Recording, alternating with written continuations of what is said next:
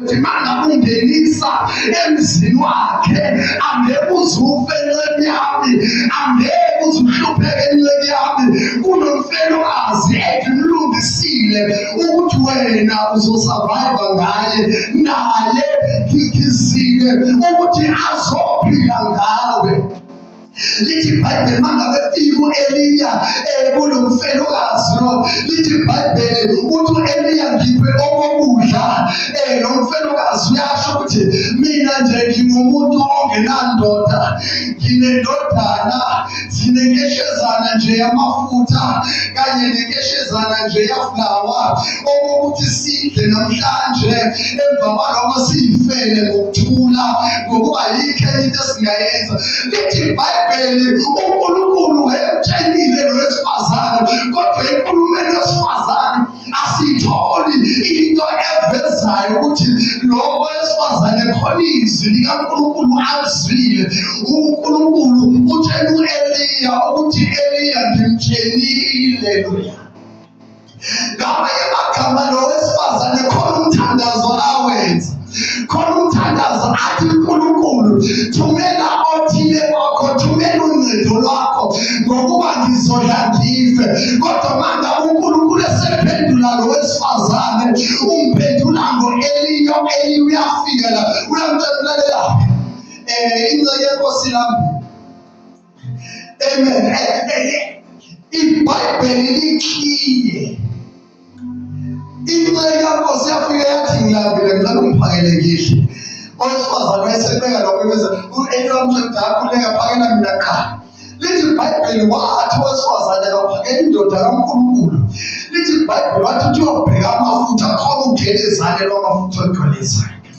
Kodwa lolu ugelezane lolu alazeki ukuthi ligeleza kanjani ngoba manje abukeke nkeshana namafutha abukeke ngazuthi azophela. Le mpuphu ibukeka ngathi izophela. Le mali ibukeka ngathi izophela. Kodwa manje ngenxa yokuthi kukhona umuntu ohamba ngokukholwa kukhona umuntu omethembayo ongabonwayo. Lithi iBhayibheli yena lona-ke wesifazane njalo kwaze wafika lapho u-Eliya ephinde ethandaza ukuthi akunet. Kusukela ngaleso sikhathi baphila kanjalo beziphilela ngogelezana lwamafutha nempuphu ngeprovision kaNkulunkulu. Othi manga uyibheka uthi le salary incane angeke ikwazi ukwenza ukuthi nokuthi kodwa to your surprise uzibone wakhe imizi uzibone uthenga imoto uxake ukuthi kwenzeka kanjani. Kukhona into ekhona. There is faith behind the scenes. Ukhona abantwana bakaNkulunkulu ugange ngendlela emangalisayo. Lithi iBhayibheli owesifazane owayenesifo sobobo wathi angezwa ngoJesu esechithe konke kade nabo. Wathi mina iripoti engiyizwile ngaloNkulunkulu ngifuna nje ukuthinta umphetho wengubo yakhe.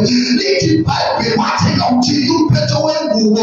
Lithi iBhayibheli ngasona leso sikhathi uJesu wenza amandla kuye ephuma. Owesifazane wenza amandla engena wenza isifo sakhe siphela. Kuyena othethelela zonke izono, kuyena owelapha zonke izifo. Lithi iBhayibheli uJesu wayesebuza ukuthi ubani lo ngithintile. Abafundi bathi no phakathi kwesixuku uyibuza kanjani into enjalo ngoba bonke labantu. Lithi iBhayibheli owesifazane engasakhona owesifazane engazi okwenzekile wayesevela. Lithi iBhayibheli wayesethi imina Nkosi. uJesu wayesemtshela ukuthi ukholwa kwakho ibona ukusindisile. Ukholwa kwakho ibona ukunikeza amali zathi.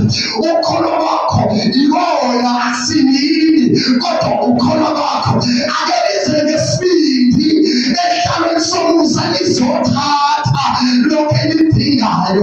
Lithi iBhayibheli ngelinye ilanga kwakwashona indodakazi ethile uyise wayo wabiza uJesu wathi Jesu umntanami uyagula chapter number 5.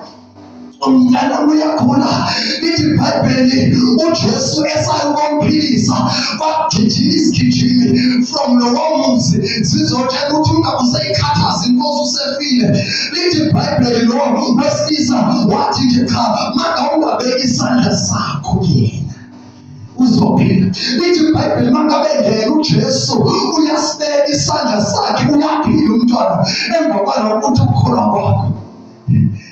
Ngelinye ilanga lithi iBhayibheli kwakhula indoda ethile iyakhula iminyaka ethile. Emva kwalokho lithi iBhayibheli uJesu la ayekhona kwakumuzi othile. Lithi iBhayibheli wayeminyanisekile uJesu engakwazi ukuthi abantu bangene ngoba lithi iBhayibheli babemxhagile ohlakeni oluthile, babemxhagile nje ngombhedo othile ukuthi bazomletha la kuJesu. Lithi iBhayibheli indawo ingekho sithi ukhona abantwana benkosi. Lithi iBhayibheli indawo yangena ingekho laba ababefo bekhaphe lo ekhula. Lithi iBhayibheli baxezula bahlephula irufu laphayana babona ukuthi uJesu la. Lithi iBhayibheli base bamphula irufu laphayana babehlisa ngerufu ngenxa yokuthi isimo uJesu wayeminyanisekile.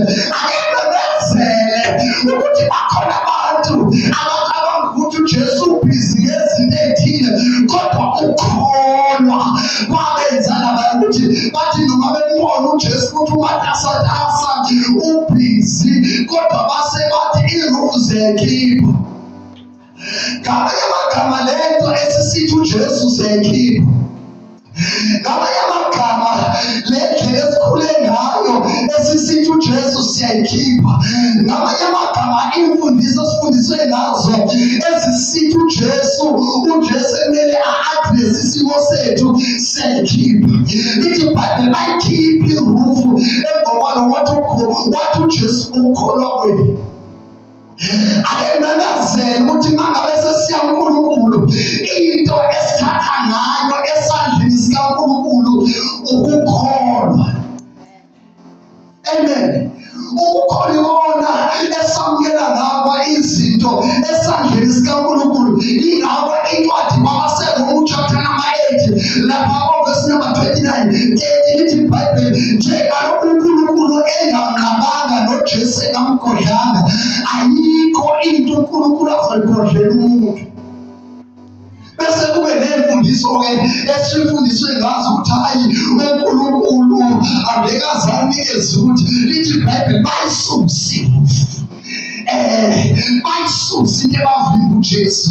Akemelezele namhlanje ukuthi ungavumeli kasodwa isimo ukuthi sivimbe ethenini ubalane noJesu wamukele ngomusa. Lithi iBhayibheli asondeleni ngomusa ehlalweni sikaNkulunkulu asize ngesibindi. Isibindi sisithatha la etheleni. Lithi iBhayibheli asingeni endaweni engcwele ngemisebenzi yethu kodwa singena ngegazi likaJesu elikhuluma okuhle negazi lika-Abela. Singena ngomsebenzi owenziwe uJesu esiphambanweni, singena ngento eyenziwe uJesu. Amen. Isibindi sethu sisithatha lapho ukutshela kwabafela bonke ukuze bonke abaphilayo bangabe besaziphilela bona kodwa baphilelele owabafelayo waphinde wavuka wakhuphukela enkazimulweni. Amen. Isibindi sisithatha lapha ethenini uNkulunkulu amkhiphe umuntu ekufela amngenise ekuphileni. Emva kwalokho umuntu akasayi wahlulelwe. Amen. So la sifunda khona lithi iBhayibheli ngokholwa. Ukholwa kuwukuba nesiqiniseko ngezinto esizithembayo esingaziboni. Sazi ukuthi konke lokukhona kuvela kukho ongabonwayo. Elithi iBhayibheli mangabe liqhubeka laphaya encwadini kaMarko liyaveza iBhayibheli ukuthi ngokholwa umuntu mangabe ethandaza akakholwa ukuthi lo kathandazela sekwamele uzoba nakho. Ngamanye amagama into yokuba nako nokungabi nako isekuthenini ukukholwa kwakho kuthini.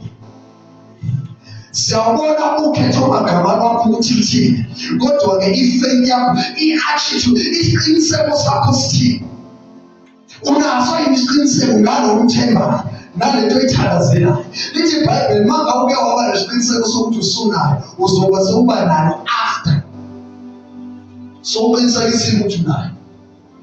Elesingisi iBhayibheli lize libeke ngokuthi ifaith iyi-title deed. I-title deed bantwana benkosi, yabona lesi sikole lesi mangabe singenalo iphepha eliphuma lapha komkhulu besiveza ukuthi le ndawo le yesikole, kungafika nombani emphakathini athi le ndawo le yami, kodwa into eyophuca amagunya yaloko okhulumayo ukuthi le ndawo le eyami ukuthi umphathi athi okay nje yakho le ndawo, nanti iphepha lale ndawo.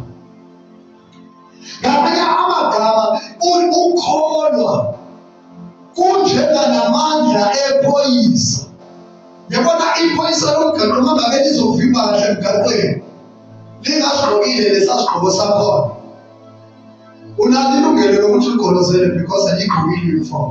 Awazi noma umuntu onjani, kodwa noma ngabe uyabona ukuthi umfanyana omncane ongavele umhlabe ngempamu khahlela kuphumela shitshonele kuzathele kuncanyana, kodwa nje ngokubona leya uniform yakhe nje ethe nje amasho lezinto eziningi akhombe eceleni, usuziyela wena eceleni nemoto yakho ya 3 million i-Raptor uye naye eceleni, uthi ujambheka umuntu okumisayo upake laphaya imoto yahulumeni, mhlawumbe futhi akanaye yakhe, mhlawumbe futhi usafika wafika kulo mkhakha nangendlela akhomba ngayo uyabona wena ukuthi uyakusaba lo, kodwa manje i-uniform yakhe, i-position yakhe imnikeza amagunya phezu kwakho ukuthi wathi wangenza njengaloko esho unamandla okubhala kophi. Amen. So-ke ukukholwa kuyinto enjalo, kuyi-title deed, ukuthi ukukholwa nje kuyileli gunya elimnikeza amandla, elimnikeza imvume yokuthi usebenzise amandla akho.